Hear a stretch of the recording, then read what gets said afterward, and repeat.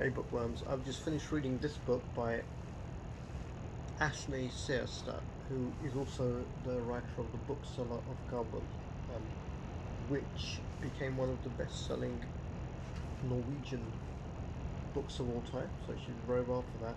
This book is more of a journal. It's actually called 101 Days, a Baghdad journal, about the time she spent in Baghdad before the war in 2003, the so-called liberation.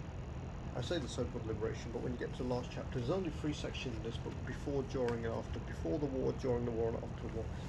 Before really is about going there, trying to actually get people to talk, and there's this sense throughout the book that nobody is willing to talk, nobody will tell the truth. And in the after section, after the war, when the statue of Saddam is toppled, everything turns on its head, and you find out, you hear the people who are actually willing to speak rather than just repeating what they've been told to repeat.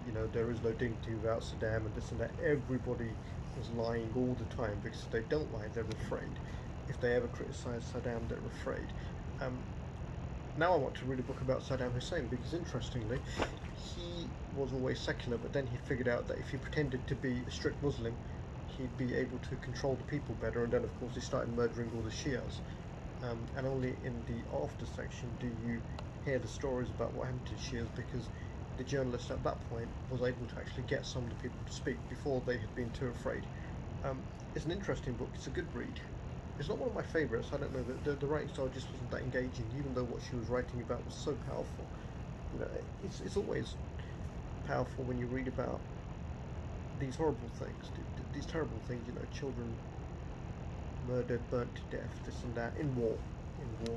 How afraid everybody is of each other. The story in there about a journalist who one day criticised Saddam Hussein's wife's dress sense. So her colleagues told the authorities. They were so scared that they told the authorities in case they both went to the authorities in case one of them went first, and that person revealed that there was another person who knew who hadn't spoken, who hadn't reported her.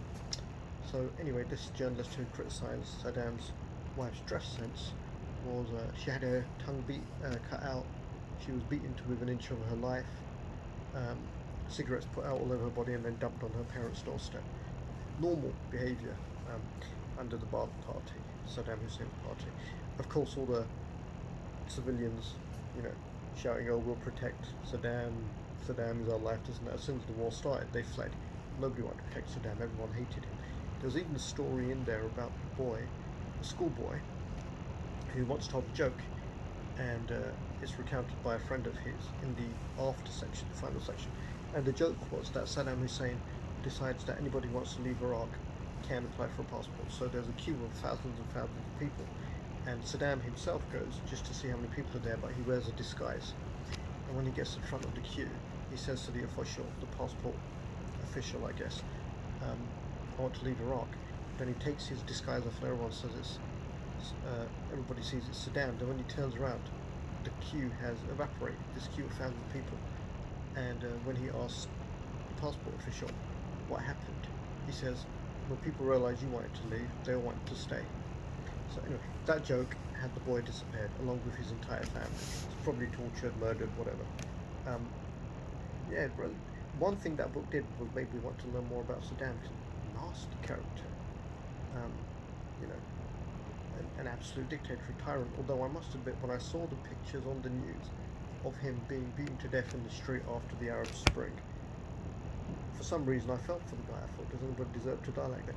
Maybe I felt for the guy because I put myself in his shoes and I thought, to come to this end. But then he'd overseen the murder, torture, destruction of so many families. Despite knowing that, can you let go of your humanity when somebody gets what you might call their just desserts? I don't know. But back to the book anyway.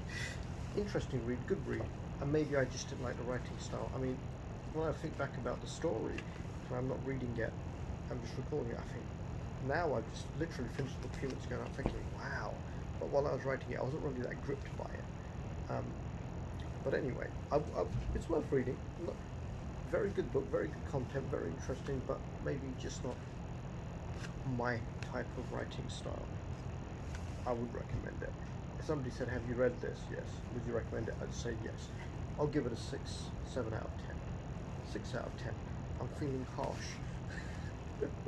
But the stories about how the soldiers behaved, the American soldiers just, shot anybody, children, as they walked into the city. And part of it is they're young guys, they're all reeling from 9/11. Somebody attacked our country because they live in a country. Imagine if they lived in Gaza, 9/11 would be an everyday occurrence. But of course they don't. They live in a civilized, advanced, protected society. So to them, that kind of loss of life is absolutely harrowing, as it well should be. But taken in context, that's the kind of shit that happens to people in the Middle East all the time. And a lot of those woes in the Middle East are maybe justifiably blamed on America or blamed on the West. Israel and Palestine, the conflict there, basically started along lines drawn by the British when they thought, oh, we've messed this one up, we'd better fuck off. Simple, same as what they did in Pakistan. So I've gone off on a tangent. But the American soldiers, young guys with guns, shooting anything that moved, shooting anybody in the face, shooting children, whatever. As they advanced, anything that moved they shot, but then they thought maybe there might be suicide bombers really. Also, interestingly, here you learn that for all of the wars in the Gulf, American soldiers seem to have deliberately targeted Al Jazeera television stations, and reports from Al Jazeera even firing missiles at the hotels where they were staying. There's a case of that in here. Obviously, people were killed. See, now I'm talking about it's like opening this can of worms that are a bit more interesting than when I was reading it. The recollection is great. It's rose tinted because it's not marred by me not getting drawn in by the writing style. But a good book, recommended. Once again, 101 Days of Baghdad Journal by Asne Seierstad. I doubt she'll ever see this review, but I hope I'm saying the name correctly. Apologise if I'm not. That's it. I'm going.